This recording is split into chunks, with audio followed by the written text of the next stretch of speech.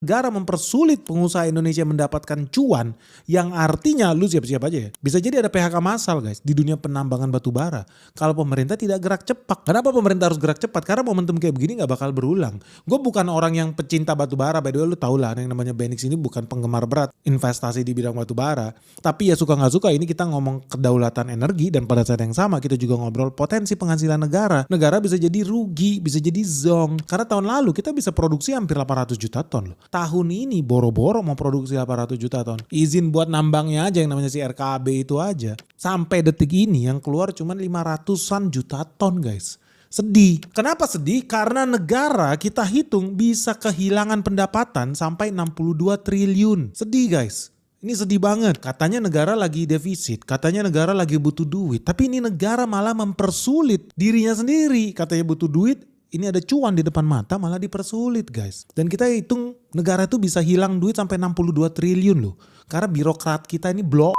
Aduh sedih banget gue guys. Sedih banget asli. Karena gini guys. Bukan cuma soal izin penambangannya yang gak keluar-keluar sampai sekarang guys. Dan produksinya mau dikurangin. Justru ketika harganya tinggi malah produksinya dikurangin. Itu bodoh banget asli. Goblok. Justru harusnya RKB itu ditambah guys. Tapi yang sekarang malah dikurangin. Itu gak masuk akal.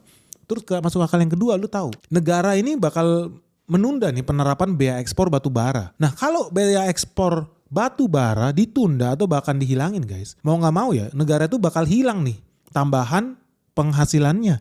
Bisa sampai 62 triliun. Atau hampir 10% dari defisit APBN kita guys di tahun 2026.